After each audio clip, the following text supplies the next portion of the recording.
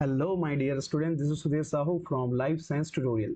चलिए, आज हमको जैसे लास्ट वीडियो में हमने बी लिम्फोसाइट को कंप्लीट किया है। आज हमारा जो मेन टारगेट है बेटा टी लिम्फोसाइट है। अच्छा, बात सुन लो पहले। अभी जो आपका सेट एग्जाम को आप टारगेट कर रहे हैं, सेट एग्जाम में ये जो बी लिम्फोसाइट है, याद रखना, बी लिम्फोसाइट प्लस आपका टी लिम्फोसाइट, यहां से एक क्वेश्चन आना तय है बेटा। बहुत सिंपल आएगा, मैं आपको डिटेल पढ़ा दे रहा हूं ताकि आपका सीएसईआर नेट लेवल कवर हो जाए। ठीक है, बट आप बेसिक इंट्रोडक्शन लेवल पे भी कवर करेंगे तो भी आप उस क्वेश्चन को बना सकते हैं जो सेट में आएगा। ओके, तो सबसे पहले यही क्लियर कर लेते हैं। मैंने पिछले बार बताया था बेटा कि बोन मैरो में एक सेल बना था, सेल प्रोड्यूस हुआ था, राइट। और इनका मैचुरेशन कहां हुआ था? ये मैचुरेशन के लिए चले गया था थाइमस में। बात समझ रहे हो ना? मैंने कहा कोई भी सेल को प्रोड्यूस करने वाले बंदे का नाम बोन मैरो है, मगर मैचुरेशन कहां हो रहा है? थाइमस में हो रहा है। तो वो सेल जो बोन मैरो में प्रोड्यूस हुए हो मगर उनका मैचुरेशन थाइमस में हुआ हो, उनको हम क्या कहते हैं? कहा था बेटा, कॉल्ड टी सेल या फिर टी लिम्फोसाइट कहते हैं। सिंपल सा नोट कर लो, वो सेल जिनका प्रोडक्शन बोन मैरो में और मैचुरेशन जो है वो थाइमस में होता है, उसको हम क्या कहेंगे? तो हम उसको कह देंगे बेटा टी लिम्फोसाइट कहेंगे। ठीक, राइट। तो टी लिम्फोसाइट या टी सेल बोल दूं या टी लिम्फोसाइट कह दूं, दोनों लिख देता हूं। ठीक है भाई, टी लिम्फोसाइट प्रोड्यूस्ड बाय, बताओ भाई, प्रोड्यूस्ड बाय बोन मैरो। ये बोन मैरो में बना है, बट देयर मैचुरेशन, ठीक है, इनका मैचुरेशन कहां होता है? There maturation done by, okay, बंदे का नाम है बेटा थाइमस, इसी कारण से इसका नाम टी सेल रखते हैं, है ना। तो थाइमस में प्रोड्यूस हुआ है। थाइमस कौन है बेटा? सेकेंडरी की प्राइमरी? प्राइमरी लिम्फोसाइट है। ये कौन है? प्राइमरी लिम्फोसाइट है जहां पे मैचुरेशन हुआ है। ठीक है, चलिए एक ना सिंपल सा सेल का डायग्राम बनाते हैं और कुछ चीजों को यहां पे कवर करते हैं। तो मान लो बेटा ये हमारा टी लिम्फोसाइट है, राइट। टी लिम्फोसाइट में क्या क्या होगा? तो बहुत सारे क्लस्टर्स ऑफ डिफरेंशिएशंस होते हैं। ये तीन मेन जो अपन नोट कर लेंगे बेटा, एक है आपका clusters of differentiation CD, 45 RA present होती है। ठीक है, देखो, ये और करके ऑप्शन नोट कर देता हूं, या तो इनमें CD4 होगा या तो इनमें CD8 होगा। ये बहुत इंपॉर्टेंट है, CD4 और CD8। क्या मैं 4 को एच बना सकता हूं बेटा? Of course. जैसे मान लो मैंने ऐसा 4 बनाया है, इसको मैंने ऐसा किया और ऐसा किया, तो एच बन जाएगा ना। तो 4 मतलब एच, टी हेल्पर सेल में 4 होता है, और 8 जो है वो किसमें होता है? तो टीसी सेल में होता है ना। इसको मैं बाद में याद कराऊंगा, अभी इसको छोड़ दो। ठीक है, यहीं से तो क्वेश्चन आएगा, तो उसको अच्छे से नोट करूंगा ताकि आपको चीजें जो है वो क्लियर रहे। अब यहां पे देखो क्या बोल रहा है, इसमें CD4 और CD8 दोनों में से एक ही प्रेजेंट होगा, राइट। इनका जो मेन रिसेप्टर होता है वो है बेटा अल्फा और बीटा।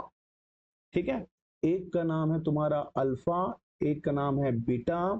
अच्छा, अल्फा और बीटा रिसेप्टर में भी वेरिएबल और कांस्टेंट रीजन होते हैं। ये देखो, ये बाहर वाला वेरिएबल अल्फा है, ये देखो वेरिएबल अल्फा, ये वेरिएबल बीटा, और अंदर वाला कहलाएगा कांस्टेंट अल्फा और ये कहलाएगा कांस्टेंट बीटा कहलाएगा। तो जैसे एंटीबॉडी का स्ट्रक्चर हमने बनाया था, सेम वैसा ही स्ट्रक्चर आपको अल्फा और बीटा में दिखेगा, मगर बेटा अल्फा और बीटा का जो साइटोसोलिक डोमेन होता है वो छोटा होता है। तो न्यूक्लियस तक सिग्नल को पहुंचाने के लिए यहाँ पे एक और सिग्नलिंग मॉलिक्यूल होती है जिसका नाम है CD3। ये याद करना है आपको, CD3 याद करना है आपको, CD3 याद करना है आपको। बाकी इन लोगों को छोड़ दो, ये उतना इंपॉर्टेंट नहीं है। ये आपका बेटा CD2 है, CD5 है, CD7 है, मतलब वैरायटीज ऑफ सिग्नलिंग मॉलिक्यूल यहाँ पे प्रेजेंट होते हैं। ओके, तो ये चीजें आपको समझ में आ गया है। चलिए, इसके बारे में बेसिक बेसिक चीजें मैं यहाँ पे मेंशन कर रहा हूं, फिर आपको अल्फा बीटा रिसेप्टर के बारे में आपको डिटेल में बताऊंगा। ठीक है, तो नॉर्मली जो टी सेल होता है बेटा उसमें अल्फा बीटा रिसेप्टर प्रेजेंट होता है। ठीक है, मैंने कहा normally alpha beta receptor present होगा। Present in what? Present on the surface, right, surface में है तो on the surface of what? T cell. But sometime alpha beta के जगह पे कुछ और रिसेप्टर भी होते हैं बेटा, गामा और डेल्टा। ठीक है, gamma delta receptor also present. May be उनके जगह पे, अल्फा और बीटा के जगह पे हो सकता है कि गामा डेल्टा रिसेप्टर भी क्या हो सकते हैं? प्रेजेंट हो सकते हैं। ठीक है, अब यहां पे मैंने कहा कि जो साइटोसोलिक डोमेन है अपना, ठीक है, साइटोसोलिक जो डोमेन है वो छोटा होता है अल्फा और बीटा का, तो उसके लिए हेल्पिंग कौन है बेटा? CD3 है। तो यहां पे नोट कर लेते हैं, दी साइटोसोलिक डोमेन, दी साइटोसोलिक डोमेन, किसका साइटोसोलिक डोमेन? ये वाले अंदर वाले डोमेन की बात कर रहा हूं मैं। ठीक है, तो cytosolic domain of alpha beta receptor क्या है बेटा? Is very short, is very short. So यदि मुझे न्यूक्लियर सिग्नल पहुंचाना है, सो CD3 प्रेजेंट होता है। CD3 प्रेजेंट होती है for transfer of signal, transfer of signal, signal को पहुंचाने के लिए CD3 प्रेजेंट होता है बेटा। कहां? To nucleus. न्यूक्लियस तक पहुंचाने के लिए हमारे पास जो स्पेसिफिक सिग्नलिंग मॉलिक्यूल होगा वो आपका CD3 होगा। ओके, और यही CD3 इसको हम बोल सकते हैं बेटा मार्कर कह सकते हैं, ये आइडेंटिकल मार्कर है। मार्कर फॉर कौन सा? T lymphocyte. यदि मुझे टी लिम्फोसाइट को पहचानना है तो मैं CD3 मार्कर के थ्रू उसको आसानी से आइडेंटिफाई कर सकता हूं। ठीक है, अब मैंने यहां पे एक बात आपको कही थी कि भैया इसका जो मेन रिसेप्टर होता है वो कौन होता है? अल्फा और बीटा होता है। तो मान लो जैसे यहाँ पे एक अपन सेल का सरफेस बना लेते हैं, ये हमारा मान लो एक सेल का सरफेस है। सेल के सरफेस में जो रिसेप्टर थी वो कुछ इस तरह से अपन ऐसा बना लेते हैं। ठीक है, ये एक रिसेप्टर है बेटा। अब रिसेप्टर में जाहिर सी बात है ये तुम्हारा वेरिएबल अल्फा है, ये तुम्हारा कांस्टेंट अल्फा है, ये तुम्हारा वेरिएबल बीटा है और ये तुम्हारा कांस्टेंट बीटा है। दो डोमेन होते हैं, सेपरेट कर दो यहां से, ऊपर वाला वेरिएबल है, नीचे वाला तुम्हारा कांस्टेंट है। इनका मैंने ये बताया था कि भाई ये जो साइटोसोलिक डोमेन है, साइटोसोलिक डोमेन जो है बहुत शॉर्ट है बोला था बेटा, इसीलिए यहां पे एक सिग्नलिंग कंपोनेंट प्रेजेंट होती है, वो कुछ इस तरह से प्रेजेंट होती है। और ये डायरेक्टली सिग्नल को कहां लेके जा सकता है भैया? ये सिग्नल को न्यूक्लियस तक पहुंचाता है, मैंने ये बताया था। ये जो डोमेन है उसका नाम क्या है बेटा? CD3 है। और ये हमारे टी लिम्फोसाइट का क्या कहते हैं? इसको मार्कर के नाम से भी जानते हैं। ठीक है, ये कौन है बोल सकते हैं अपन? ये मार्कर है बेटा। ठीक है, ये बात मैंने बताई थी। अब जैसे मैं वी रीजन की बात करूं, ठीक है, वी रीजन में मतलब वेरिएबल रीजन में आपको क्या क्या मिलेंगे? क्लस्टर्स ऑफ डिफरेंशिएशन रीजन मिलेंगे बेटा, CDR मिलेंगे। ठीक है, CDR कितने हैं? तो याद रखना 4 नंबर होगा इन अल्फा, 4 CDR अल्फा में है और 4 इन बीटा। 4 नंबर में आपको कहां मिल जाएगा? बीटा में मिल जाएगा। ठीक है, यहां पे हमने जो एक मार्कर लिखा था ये क्लस्टर्स ऑफ डिफरेंशिएशन 45RA, ठीक है, क्या था नाम? CD45RA, right. ये बेटा टी लिम्फोसाइट का क्या कहलाएगा? ये भी एक क्या कहलाएगा? मार्कर कहलाएगा। तो इसको मैं बोल देता हूं RA is the marker, is the marker. जब भी मैं मार्कर बोलूंगा आपके दिमाग में सेट कर लेना, यदि किसी सेल में ये रिसेप्टर प्रेजेंट होगा तो हम उसको पहचान लेंगे, भैया ये हमारा टी लिम्फोसाइट है, ये दूसरा ना ही है। ऐसा हम पहचान लेते हैं उसको, ठीक है। तो ये मेन मार्कर है बेटा, ठीक है, किसी को मार्कर जाना नहीं है, मार्कर मतलब आइडेंटिफिकेशन कंपोनेंट है, ठीक है। तो CD45RA is the marker of what, marker of T cell बेटा, टी सेल का आइडेंटिफाइड मार्कर है, ठीक है। अब यहां पे एक पॉइंट लिख रहा हूं जो आपके इस पूरे जो मैं क्लास लेने वाला हूं उसमें सबसे इंपॉर्टेंट तो यही है बेटा। कौन है इंपॉर्टेंट, याद रखना। एक है तुम्हारा टी हेल्पर सेल और दूसरा है तुम्हारा टीसी मतलब साइटोटॉक्सिक टी सेल, ओके। इनमें क्या प्रेजेंट होता है, तो मैंने कहा प्रेजेंट, और ये किसको रिकॉग्नाइज करता है, तो मैंने कहा यहाँ पे रिकॉग्नाइज। बात समझ में आ रही है, याद रखना। टी हेल्पर सेल में जो प्रेजेंट होता है, देखो बेटा, ये H को मैं 4 बना सकता हूं कि नहीं, जैसे चलो मैं यहाँ पे H लिख रहा हूं, ये H लिख रहा हूं मैं, ठीक है, ये मैंने H लिखा है। अब इसको मैं 4 बना रहा हूं, यार मैं तुमको याद कराने के लिए ट्रिक बता रहा हूं कि कैसे आप इसको 4 बना सकते हैं, ये नालायक 4 नहीं बना इसमें। चलो मैं इस मेरे पास और जुगाड़ है, इससे बनाते हैं।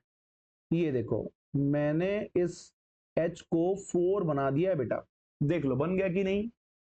और C को आप 8 बना सकते हो, जाहिर सी बात है। यदि आप इनको ऐसा रख दो भाई, ये C है बोल दो, ठीक है, ये C है, तो C को ऐसा मिला के अपन 8 बना सकते हैं क्या, ये ऐसा मिला है, ये ऐसा बनाया, तो हेल्पर में 4 और C में 8। ये 4 कौन है, तो याद रखना CD4 है बेटा, इसका नाम क्या है CD4, इसका नाम क्या है CD8। तो क्या बोल रहा हूं मैं, टी हेल्पर सेल में CD4 प्रेजेंट होता है और टीसी सेल में CD8 प्रेजेंट होता है। बात समझ में आई। और ये CD4 CD8 किसको रिकॉग्नाइज करते हैं, राइट। तो यहां पे मैंने हेडिंग डाला है ना बेटा, रिकॉग्नाइज करते हैं। किनको रिकॉग्नाइज करते हैं, ये रिकॉग्नाइज करता है MHC2 को। अब बोलोगे 3 नोट हो गया, MHC2 को। अब इसको बेटा आराम से मैं 4 को 2 बना सकता हूं, कैसे, मान लो ये आपका 4 है, तो मैंने क्या किया, इसके बीच के लाइन को ऐसा हटा दिया और मैंने इस लाइन को पूरा कर दिया ऐसे, तो भैया ये 2 नहीं हुआ क्या। तो याद करने का तरीका आप ऐसा बना सकते हैं, और इसका है बेटा MHC क्या 1। ये तीनों चीजें एक लाइन में याद करो, टी हेल्पर सेल में प्रेजेंट होता है CD4 और रिकॉग्नाइज करता है MHC2 को, टीसी सेल में प्रेजेंट होता है CD8 और वो रिकॉग्नाइज करता है MHC1 को। बात समझ में आ रही है। तो यहां पे ये स्टार पॉइंट कह सकते हैं इसको, ठीक है, ये तुम्हारा बन जाएगा बेटा स्टार पॉइंट। चलिए, और क्या क्या चीजें हैं जो हम टी लिम्फोसाइट में कवर कर सकते हैं, याद रखना जितने भी न्यूक्लिएटेड सेल होते हैं, राइट, ऑल, ये भी आ चुका है ऑल न्यूक्लिएटेड, हालांकि मैं इसको MHC में जब पढ़ाऊंगा आपको तो बताऊंगा, MHC मॉलिक्यूल में all nucleated cell have MHC1। जितने भी न्यूक्लिएटेड सेल होते हैं बेटा उनमें MHC1 मॉलिक्यूल प्रेजेंट होता है, ठीक है।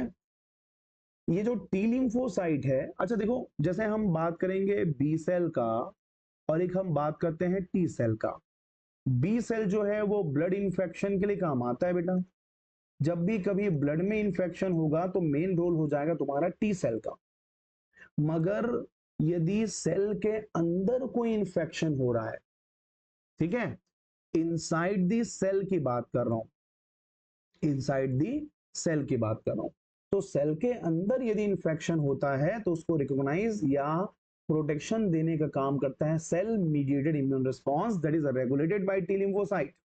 बट जो ब्लड बॉर्न डिजीज होती है या ब्लड बॉर्न कुछ इंफेक्शन होता है तो उसको कंट्रोल करने के लिए कौन आता है, आपका बी सेल आता है, राइट।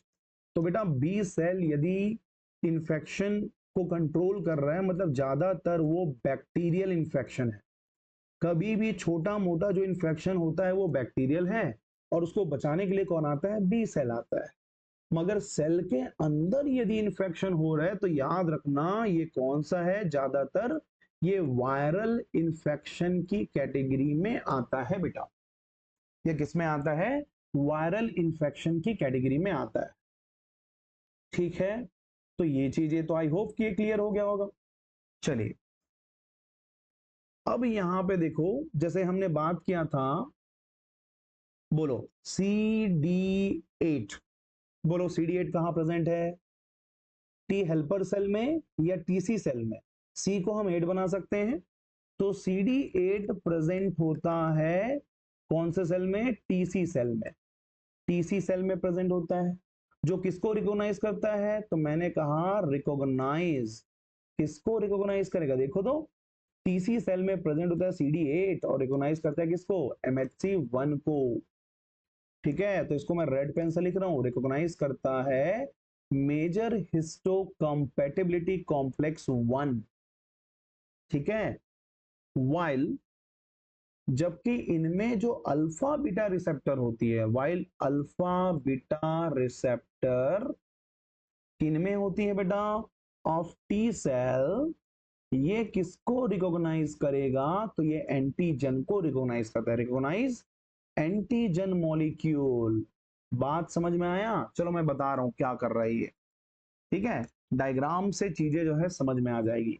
मैंने कहा ये एक सेल है, ठीक है, इस एक सेल में बेटा जो मॉलिक्यूल है, ये लो, रुक जाओ, ये जो मॉलिक्यूल है इसका हमने नाम रखा है, ये मान लो MHC1 है, MHC1 है।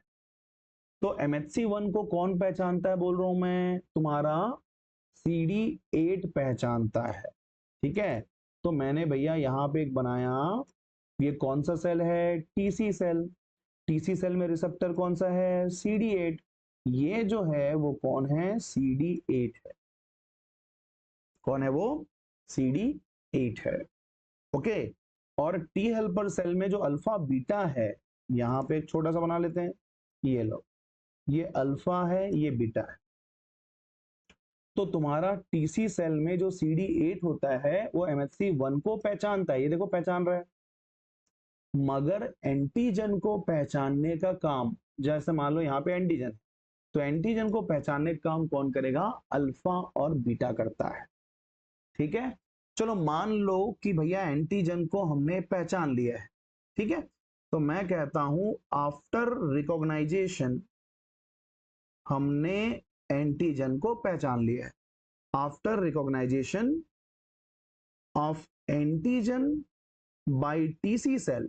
भैया तुम्हारे टीसी सेल ने जब एंटीजन को पहचान लिया है, तो उसके बाद जैसे ही इसको पता चला, किसको, टीसी को, कि भैया हमारे बॉडी में एंटीजन आया, भैया इसको मार दो, तो मारने के लिए ये खूंखार हो जाता है, और खूंखार होके कन्वर्ट हो गया, देखो तो टीसी सेल कन्वर्ट हो जाएगा, कन्वर्ट इनटू CTL।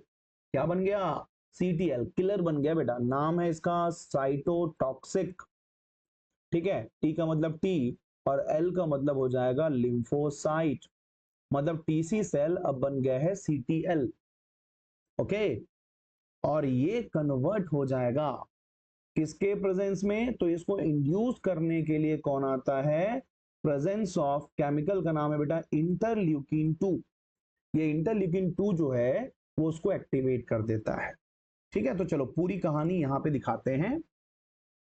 मान लो ये एंटीजन है, एंटीजन को पहचानने के बाद में टी हेल्पर सेल ने कहा कि चलो भैया मैंने इंटरल्यूकिन 2 रिलीज किया है।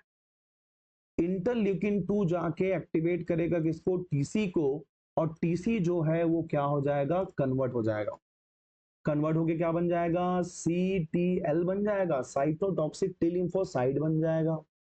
अब बेटा साइटोटॉक्सिक टी लिम्फोसाइट अब भड़क गया है, बहुत डेंजरस हो गया है, ये दो केमिकल रिलीज करता है। ये जो हमारा सेल है साइटोटॉक्सिक टी लिम्फोसाइट, ये दो केमिकल रिलीज करता है, एक का नाम है बेटा परफोरिन, क्या नाम है, परफोरिन, और दूसरे का नाम है ग्रेंजाइम। क्या नाम है इसका, ग्रेंजाइम नाम है। तो भाई परफोरिन और ग्रेंजाइम जिस दिन निकल गया, तो देखो परफोरिन का मतलब है पोर क्रिएट करने वाला। तो ये क्या करता है, तो मैंने कहा बेटा create pore on the surface of क्या, इन्फेक्टेड सेल। ये इन्फेक्टेड सेल में इतना छेद कर दिया है कि ये सोच रहा है, क्या सोच रहा है वो आप सोच के बताना। और जब इनके बॉडी में बहुत सारे पोर क्रिएट हो जाएंगे तो इसका एपोप्टोसिस हो जाएगा, और एपोप्टोसिस को प्रमोट कौन करता है, ग्रेंजाइम। ठीक है, एपोप्टोसिस को मतलब प्रोग्राम सेल डेथ हो जाएगा। अल्टीमेटली एंटीजन जो है वो इस दुनिया से चल बसेगा बेटा, इसका काम खल्लाश हो जाएगा, इसका काम क्या हो जाएगा, खल्लाश हो जाएगा। ठीक है, तो पूरा प्रोसेस किस तरह से चलता है यदि आपको और डिटेल में देखना है तो चलो दिखाता हूं आपको। भैया ये हमारा सर्कुलेटरी सिस्टम की बात हो रही है। अच्छा रुको, इसको बेहतर बना सकते हैं। ठीक है भाई, ऐसे बना सकते हैं, ये हमारा सर्कुलेटरी सिस्टम। ओके, चलिए भाई, ये सर्कुलेटरी सिस्टम है हमारा। ठीक है, ये हमारा सर्कुलेटरी सिस्टम है। ओके, अब भैया सर्कुलेटरी सिस्टम में क्या बोल रहे हैं, ध्यान से सुनना। सबसे पहले एंटीजन को पकड़ा, किसने, बी सेल ने पकड़ा। चलो एक बी सेल बना दो, बी सेल ने एंटीजन को पकड़ा है। एंटीजन कहाँ है, ये यहाँ पे है एंटीजन। ठीक है, अब एंटीजन को इसने भैया मारा और टुकड़ों में डिवाइड कर दिया। टुकड़ों में डिवाइड करने के बाद इसने क्या किया, एंटीजन को प्रेजेंट किया like a antigen presenting cell. ये और कोई नहीं, बी सेल है। B cell also act as a antigen presenting cell. मार के टांग दिया है। अब सबसे पहले हमारा जो हेल्पर सेल है बेटा, टी हेल्पर सेल। ठीक है, इनमें क्या है बोल रहे हो तुम्हारा, इनमें है बेटा CD4। हेल्पर में क्या आता है, CD4 होता है, और एक रिसेप्टर होती है अल्फा बीटा। बात समझ में आ रही है। अल्फा बीटा पहचानता है, मैंने कहा था एंटीजन को पहचानता है। ये अल्फा है, ये बीटा है, ये एंटीजन को पहचान रहा। और CD4 पहचान रहा है किसको, MHC को। MHC को, कौन से MHC को, 4 है मतलब 2, MHC2 को आइडेंटिफाई करेगा। ठीक है, चलो मान लेते हैं कर लिया। ठीक है, मान लेते हैं कि इसने उसको एक्टिवेट कर दिया है। तो एक्टिवेट करने के बाद क्या होगा बेटा, सिग्नलिंग मॉलिक्यूल रिलीज होगा। ये देखो यहां से केमिकल रिलीज हो रहा है, इंटरल्यूकिन 2 बोल दो। ये इंटरल्यूकिन 2 कहां जाएगा, हमारे एक्टिव सेल के पास। बंदे का नाम क्या है, टीसी सेल। तो भैया जैसे मान लो कि यहाँ पे मल्टीपल नंबर ऑफ सेल है, और सेल में किसी में क्या हुआ, इन्फेक्शन हुआ है, तो या तो ये इंटरल्यूकिन 2 से एक्टिवेट होगा, या तो ये खुद से एक्टिवेट होगा। तो चलो एक ऐसा करते हैं कि यहां पे बनाता हूं बेटा टीसी सेल। हो सकता है टीसी सेल ये एंटीजन से एक्टिवेट हो जाए, या तो इंटरल्यूकिन इसको एक्टिवेट करेगा। दो कंडीशन में एक्टिवेट हो सकता है। अब टीसी है बेटा, तो इनके पास जो क्लस्टर ऑफ डिफरेंशिएशन होगी, CD8 प्रेजेंट होगा, और ये किसको पहचानेगा, MHC1 को। MHC1 को पहचानता है, राइट। अब यहां से जो केमिकल आया है इंटरल्यूकिन 2, या फिर इस एंटीजन ने एक्टिवेट किया है, तो ये कन्वर्ट हो जाएगा बड़े वाले सेल में। ये देखो अब बड़े वाले सेल में कन्वर्ट हो गया, इसको हम कहते हैं CTL कहते हैं। अब जैसे ही CTL बना, इसने दो केमिकल रिलीज किया। एक का नाम मैंने कहा था परफोरिन, और एक का नाम मैंने कहा था ग्रेंजाइम। तो परफोरिन का काम है क्रिएट पोर। ठीक है, ये पोर क्रिएट करता है, ये प्रमोट करता है, प्रमोट एपोप्टोसिस। ठीक है भाई, तो एपोप्टोसिस प्रमोट होने के कारण उस एंटीजन का क्या हो गया, न्यूट्रलाइजेशन हो गया। तो मैंने कहा न्यूट्रलाइजेशन। न्यूट्रलाइजेशन का मतलब होता है किल करना, मार देना ऑफ एंटीजन। तो एंटीजन अल्टीमेटली क्या हो जाएगा, मर जाएगा बेटा। ठीक है, तो इस तरीके से काम रेगुलेट होता है भाई।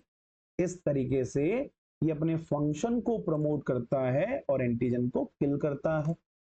यार एंटीजन को किल करने का काम तो तुम्हारे टीसी का होता है, मगर भाई ये जो तुम्हारा टी हेल्पर सेल है उसका क्या काम है? ये जो टी हेल्पर सेल है इसका क्या काम है?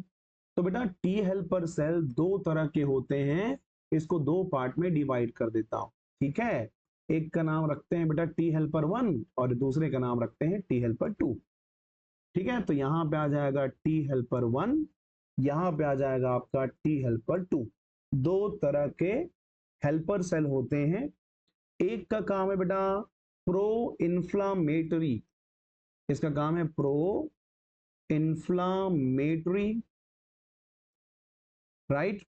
और ये क्या है? तो एंटी इन्फ्लामेटरी है, मतलब इन्फ्लामेशन को रोकने वाला। एंटी इन्फ्लामेटरी, इन्फ्लामेटरी सेल बोल देंगे बेटा।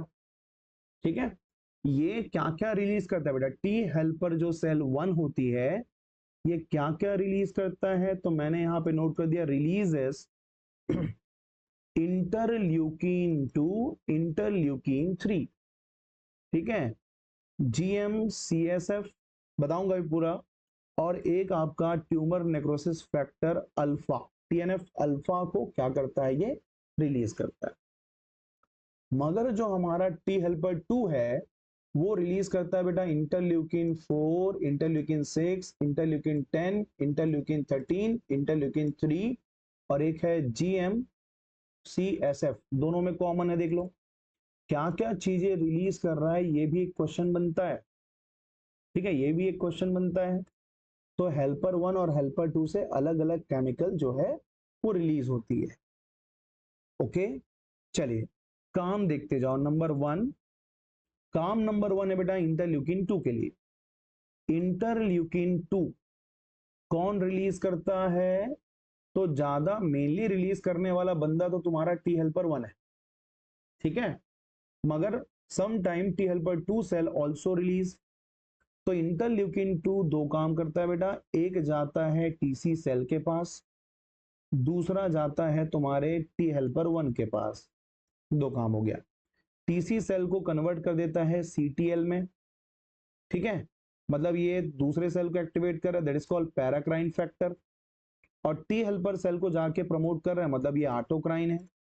तो पैराक्राइन और ऑटोक्राइन दोनों काम को करता है तुम्हारा इंटरल्यूकिन 2। और इंटरल्यूकिन 2 मेनली रिलीज कहां से हो रहा है बोलेंगे? तो बोलेंगे अब टी हेल्पर 1 से। ठीक है, सेकेंड नंबर का देखो, ये 3 यहां भी है और 3 यहां भी है, दोनों रिलीज करते हैं बेटा। तो सेकेंड नंबर का फंक्शन देखो, इंटरल्यूकिन 3 कहां से रिलीज हुआ है? तो तुम्हारे टी हेल्पर 1 से भी और टी हेल्पर 2 से भी, दोनों जगह से रिलीज हुआ है। ये क्या करते हैं बेटा? तो ये ना प्रमोट करते हैं, प्रमोट किसको? सिंथेसिस को।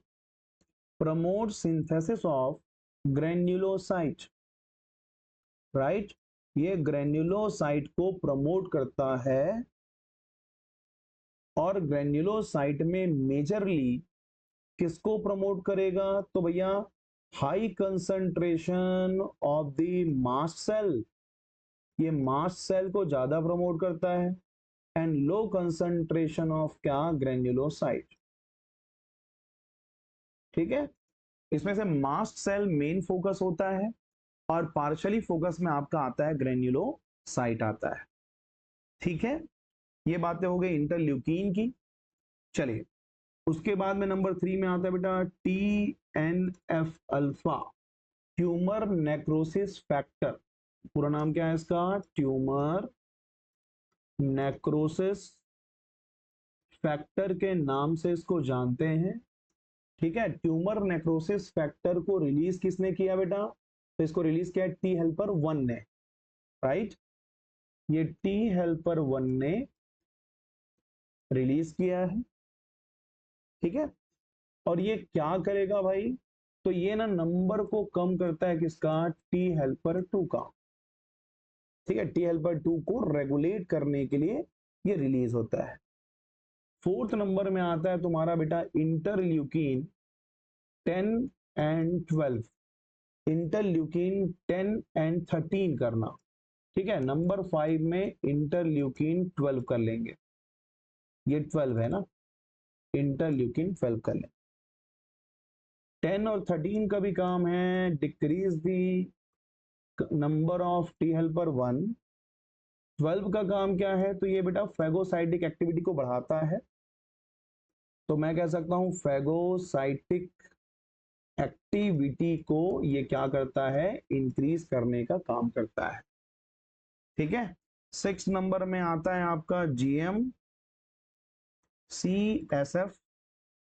ये भी जो केमिकल है वो प्रमोट करता है synthesis of, promote synthesis of myeloid cell, myeloid cell के सिंथेसिस को बढ़ाने का काम करता है तुम्हारा GM-CSF।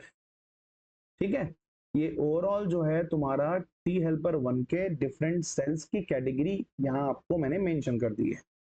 यदि मैं टी हेल्पर 2 की बात करूं, ठीक है, टी हेल्पर 2 सेल की बात करूं, तो जैसे कि इंटरल्यूकिन 4 आप जानते हैं बेटा, टी हेल्पर 2 से रिलीज होता है इंटरल्यूकिन 4, राइट। इंटरल्यूकिन 4 के दो काम है बेटा, एक काम तो है ऑटोक्राइन। ऑटोक्राइन काम क्या है, सेम अपने ही सेल को प्रमोट करेगा, तो टी हेल्पर 2 का प्रोलीफेरेशन कराता है, नंबर इसका बढ़ाता है, खुद में काम कर रहा है। अच्छा, इंटरल्यूकिन जो 4 रिसेप्टर होती है, मतलब इंटरल्यूकिन 4 का जो रिसेप्टर है वो प्रेजेंट होती है बेटा इन बी सेल में, तो मान लो बी सेल में एक रिसेप्टर है, यहां पे आके बाइंड कर लिया, तो ये क्या करता है, बी सेल को एक्टिवेट भी कराता है, जैसे हमने पढ़ा था ना last time, last video lecture में जो मैंने T cell mediated B lymphocyte activation बताया था, उसमें यही काम आता है बेटा। तो जैसे इंटरल्यूकिन 4 बाइंड कर लेता है तुम्हारे बी सेल से, तो बी सेल में क्या होगा, एक्टिवेशन होने लगती है, activation of B lymphocyte.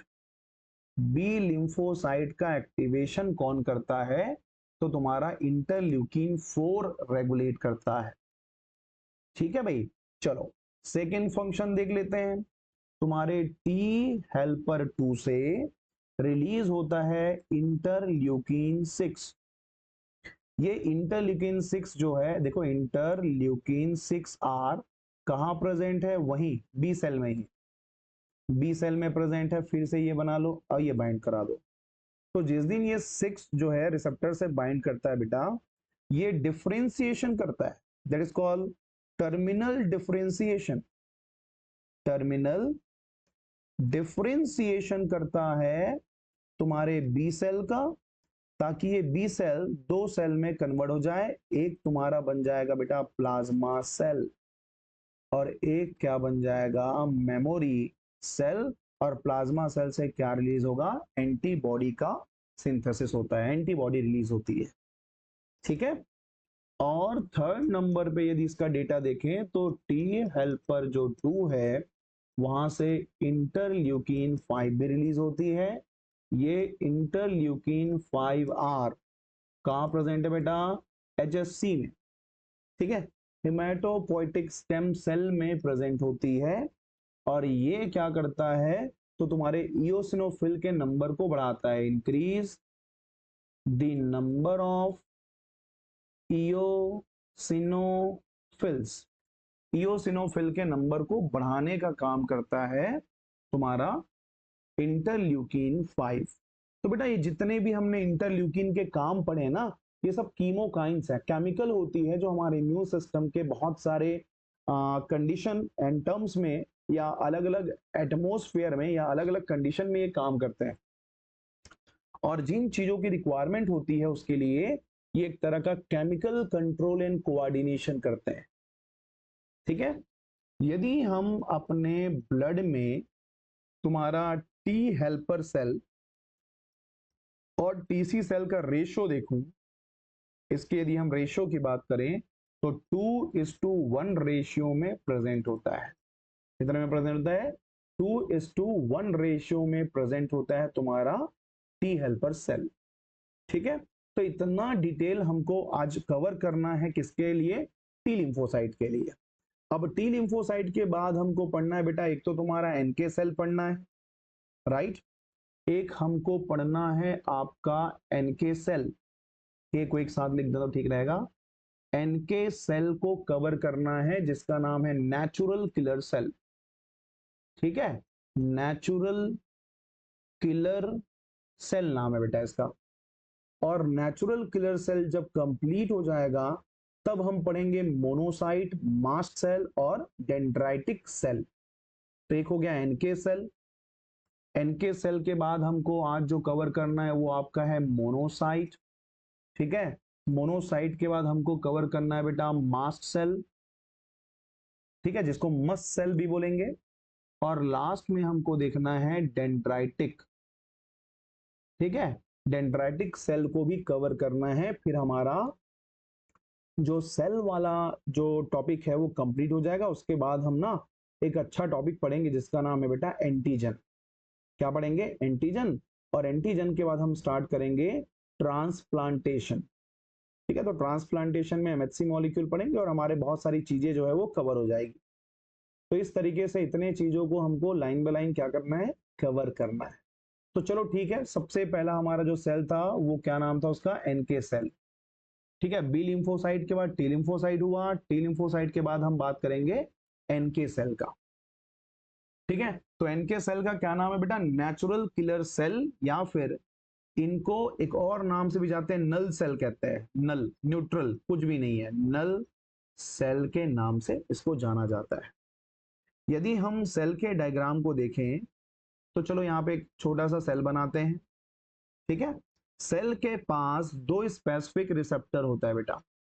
Cell के पास दो स्पेसिफिक रिसेप्टर होता है, एक का नाम है बेटा KIR, KIR, और एक का नाम है KAR। ये KIR और KAR इसका मेन है बेटा। ठीक है, इनमें कुछ क्लस्टर्स ऑफ डिफरेंशिएशन प्रेजेंट होंगे, CD।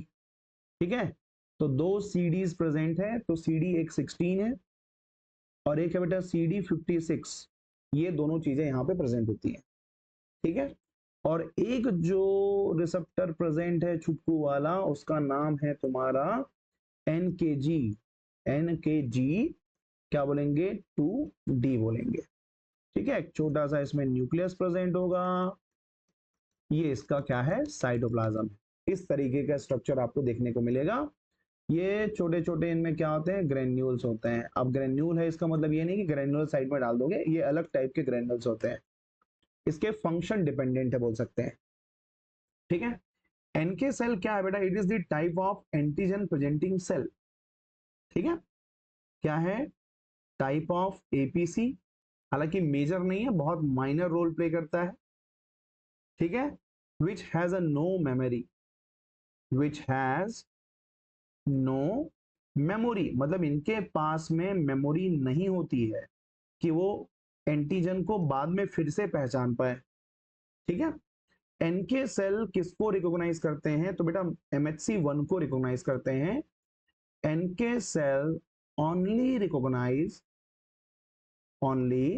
रिकॉग्नाइज तुम्हारा मेजर हिस्टोकम्पैटिबिलिटी कॉम्प्लेक्स 1, इसी को ये पहचानता है। स्टार पॉइंट देखेंगे तो बेटा 56 क्लस्टर्स ऑफ डिफरेंशिएशन 56, ये इसका मार्कर होता है। तो CD56 is the marker of क्या बेटा? NK cell. एनके सेल का मार्कर की तरह काम करता है। ठीक है, इनमें बेटा वो जो हमने एक रिसेप्टर पढ़ा था ना, FcRn गामा, याद आ रहा है? FcRn गामा जो फीटस में प्रेजेंट होती है, बता था फीटल सेल में, जो तुम्हारे IgG को ट्रांसपोर्ट करने के काम आ रहा था, वो रिसेप्टर यहाँ पे भी प्रेजेंट होता है, ऑल्सो प्रेजेंट, राइट। अब बेटा इनके जो रेगुलेशन है ना, वो दो तरीके से काम करते हैं। कैसे कैसे काम करता है? तो एक पॉजिटिव रेगुलेशन होती है और एक इसका नेगेटिव रेगुलेशन होता है। तो एनके सेल के रेगुलेशन को दो पार्ट में डिवाइड करते हैं। एक को मैं कह देता हूं आपका नेगेटिव रेगुलेशन, ठीक है, नेगेटिव रेगुलेशन कह देते हैं, और एक को हम कहते हैं बेटा पॉजिटिव, ठीक है, इसको हम कहेंगे पॉजिटिव रेगुलेशन कहेंगे। दो तरीके का रेगुलेशन होता है तुम्हारे एनके सेल। मान लो नेगेटिव रेगुलेशन आया एमएचसी 1 के लिए, ठीक है, for the viral infected cell, तो एनके सेल जो है बेटा वो एक्टिवेट हो जाएगा और ये परफोरिन एंजाइम रिलीज करेगा, ठीक है। एनके सेल के पास तो दो स्पेसिफिक रिसेप्टर है, मैंने बताया था के आई आर और के ए आर। आई का मतलब इनहिबिटरी और ए का मतलब एक्टिवेशन, ठीक है। अब यदि मान लो के आई आर रिकॉग्नाइज किया एमएचसी 1 को, तो ये जनरेट करता है negative response to the nucleus, right, negative response generate करेगा। और मान लो कि भाई हमारा जो रिसेप्टर है या फिर मॉलिक्यूल है वो, ठीक है, इसको मैं ना सिंप्लीफाई करने की कोशिश करता हूं, नेगेटिव रेगुलेशन किसके लिए और पॉजिटिव रेगुलेशन किसके लिए, ठीक है। याद रखना, NK cell negative regulation regulate करता है फॉर दी सेल्फ, अपने ही सेल के लिए, मतलब मेरे बॉडी में जो मेरा खुद का सेल है ना, उसके लिए वो क्या करेगा बेटा, सेल्फ यहां पे नेगेटिव रेगुलेशन करेगा। और पॉजिटिव रेगुलेशन किसके लिए कर रहा है, तो for the foreign particle, for the what, foreign particle, तो फॉरेन पार्टिकल या फिर ले लो एंटीजन, ठीक है, फॉरेन पार्टिकल बोल देता हूं अभी तो, पार्टिकल में आप ले लो एंटीजन या फिर ले लो वायरस, इनके लिए क्या करता है बेटा, पॉजिटिव रेगुलेशन करता है। कैसे करता है, मान लो ये हमारा सेल है, ठीक है, ये क्या है, सेल्फ सेल है। सेल्फ सेल के पास भाई एमएचसी तो होगा, मान लेते हैं एमएचसी 1 यहां पे प्रेजेंट है, तो यदि एमएचसी 1 प्रेजेंट है मान लेते हैं, तो एमएचसी 1 को रिकॉग्नाइज करता है, देखो एमएचसी 1 को रिकॉग्नाइज करेगा तुम्हारा, ये है एनके सेल, और एनके सेल के पास जो रिसेप्टर है बेटा उसको हम कहेंगे, जो पहचानता है उसको हम कहेंगे के आई आर, ठीक है। मतलब वो जब हमारा सेल है तो उसको पहचान कौन रहा है, के आई आर पहचान रहा है। के आई आर का फुल फॉर्म क्या है, तो किलर इनहिबिटिंग, ठीक है, मतलब किलर अपने आप को एक्टिवेट नहीं करेगा, इनहिबिटिंग कह देता हूं। मगर मान लो ये इन्फेक्टेड सेल है, ये इन्फेक्टेड सेल है, और इन्फेक्टेड सेल में मान लो एमएचसी मॉलिक्यूल नहीं है, ठीक है, एमएचसी 1 मान लेते हैं एब्सेंट है, तो लैक ऑफ एमएचसी मॉलिक्यूल के कारण जो हमारा एनके सेल है बेटा वो इसको पहचानेगा ना, तो यहां पे यदि एमएचसी 1 नहीं है तो इसको पहचानता है के ए आर, एक्टिवेटिंग रिसेप्टर, ये एक्टिवेटिंग रिसेप्टर पहचानता है। तो अब दोनों में देखो, जब अलग अलग रिसेप्टर इसमें पहचान रहे हैं तो उसमें क्या होगा, सबसे पहले हमारा खुद का सेल आया, खुद के सेल को पहचाना किसने, के ए आर ने, ठीक है, और के आर ने क्या किया भैया, के ए आर जनरेट कर देता है निगेटिव रिस्पॉन्स, राइट, ये जनरेट के आर जो होता है बेटा वो जनरेट कर देता है नेगेटिव रिस्पॉन्स। तो नेगेटिव रिस्पॉन्स का मतलब ये है कि तुम्हारा जो एनके सेल है वो एक्टिवेट नहीं होगा, ठीक है, बिकम इनएक्टिवेटेड, बिकम इनएक्टिवेटेड, और यदि इनएक्टिवेट होगा there is no release of perforin and granzyme, perforin और तुम्हारा ग्रेंजाइम जो है, ठीक है, ग्रेंजाइम रिलीज नहीं होगा। मगर यहीं पे यदि अननोन सेल है, ये तो अननोन सेल है, तो तुम्हारा के ए आर जो है वो क्या करता है बेटा, एक्टिवेट कर देगा, activate NK cell to release, अभी तो बाहर का है ना, टू रिलीज व्हाट, तो रिलीज करेगा बेटा तुम्हारा ग्रेंजाइम को और परफोरिन को। अब बताओ यदि वो अननोन सेल है, हमारे बॉडी का नहीं है, तो ग्रेंजाइम परफोरिन निकल गया। अब ग्रेंजाइम और परफोरिन क्या करेगा, राइट, क्या करेगा ये एंटीजन को मार देगा बेटा। तो ये क्या कर देगा, न्यूट्रलाइज कर देगा, न्यूट्रलाइजेशन करना या फिर मार देना, किल कर देना दी इन्फेक्टेड सेल। ये इन्फेक्टेड सेल को क्या कर दे रहा है, यहाँ पे मार दे रहा है। तो मतलब यहाँ पे दो तरीके का रेगुलेशन चलेगा, ठीक है। मैंने ये कहा था कि बेटा इनमें एक रिसेप्टर और भी है, NKG, NKG2D, ठीक है। NKG2D रिसेप्टर जो है ऑल्सो प्रेजेंट, ठीक है भाई, इन एनके सेल में ये भी प्रेजेंट होता है, ठीक है। जो क्या करता है बेटा, विच रिकॉग्नाइज, यही बंदा रिकॉग्नाइज करता है, विच recognise RX32, RX32 signalling molecule को पहचानता है ऑफ RBCS, हमारे RBCS के RX32 को पहचानता है और एनके सेल के एक्टिवेशन को रोक देता है। ये इनहिबिट कर देगा दी एक्टिवेशन ऑफ क्या, एनके सेल। मतलब भाई RBCS तो हमारा है, और हमारा है तो यहाँ पे बचाने के लिए कोई ना कोई तो होगा, तो NK20 जो है रिकॉग्नाइज कर लेता है RX20 को, जो कि RBCS में होती है, और आपके एक्टिवेशन को रोक देता है, ठीक है। स्टार पॉइंट मेंशन कर रहा हूं, ये तुम्हारे सीजी सेट में आ सकता है। एनके सेल किसका पार्ट है, एनके सेल किसका पार्ट होता है बेटा, NK cell is a part of, आपको लगेगा कि भैया इनेट का है कि एक्वायर का है, तो ये बेटा हमारा सिंपल सिस्टम का है, इसके पास पहचानने की क्षमता तो नहीं है, तो ये हमारा पार्ट हो जाएगा इनेट इम्यून सिस्टम का, ठीक है। किसका हो जाएगा, इनेट इम्यून सिस्टम का ये पार्ट हो जाएगा। तो याद रखना, NK cell belongs to the innate immune system.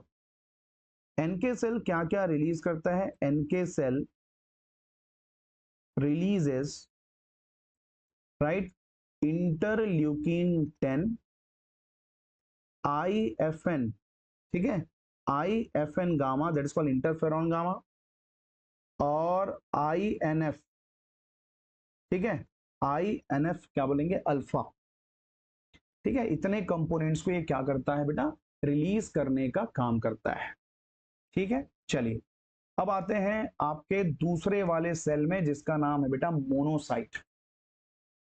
क्या नाम है, मोनोसाइट। तो मोनोसाइट को फिर से पहले देख लो, एक है बेटा बोन मैरो, बोन मैरो से प्रोडक्शन होता है, बोन मैरो से प्रोडक्शन होता है मोनोसाइट का। मोनोसाइट मैच्योर कहां होगा, तो इसका मैचुरेशन होता है जहां पे इंफेक्शन होती है, maturation of monocyte, right, at what, infected site, infected जगह पे या इन्फेक्शन साइट पे होता है, इन्फेक्शन लिख देता हूं, एट इन्फेक्टेड साइट, ठीक है, इन्फेक्टेड साइट, जहां पे इन्फेक्शन हुई है वहीं पे मोनोसाइट का मैचुरेशन होता है, ठीक है।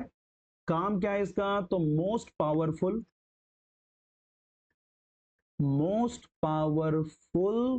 फैगोसाइटिक सेल है, मोस्ट पावरफुल फैगोसाइटिक सेल की कैटेगरी में आता है। इसमें भी आइडेंटिफाई करने के लिए मार्कर होता है। जितने भी मार्कर मैं बता रहा हूं सीजी सेट के लिए याद मत करना, क्योंकि उतना टिपिकल नहीं आएगा। बस यदि आप सीएसईआर नेट की भी तैयारी साथ में कर रहे हैं तो बिल्कुल इसको आप देख सकते हैं। इनमें होता है बेटा CD34, ठीक है, CD34 यहाँ पे प्रेजेंट होती है। अब जैसे हम बात करेंगे मोनोसाइट का, याद रखना जब ये इन्फेक्टेड जगह पे मैच्योर हो जाता है तो यही बन जाता है बेटा तुम्हारा मैक्रोफेज। क्या बन जाता है ये, मैक्रोफेज बन जाता है, ठीक है।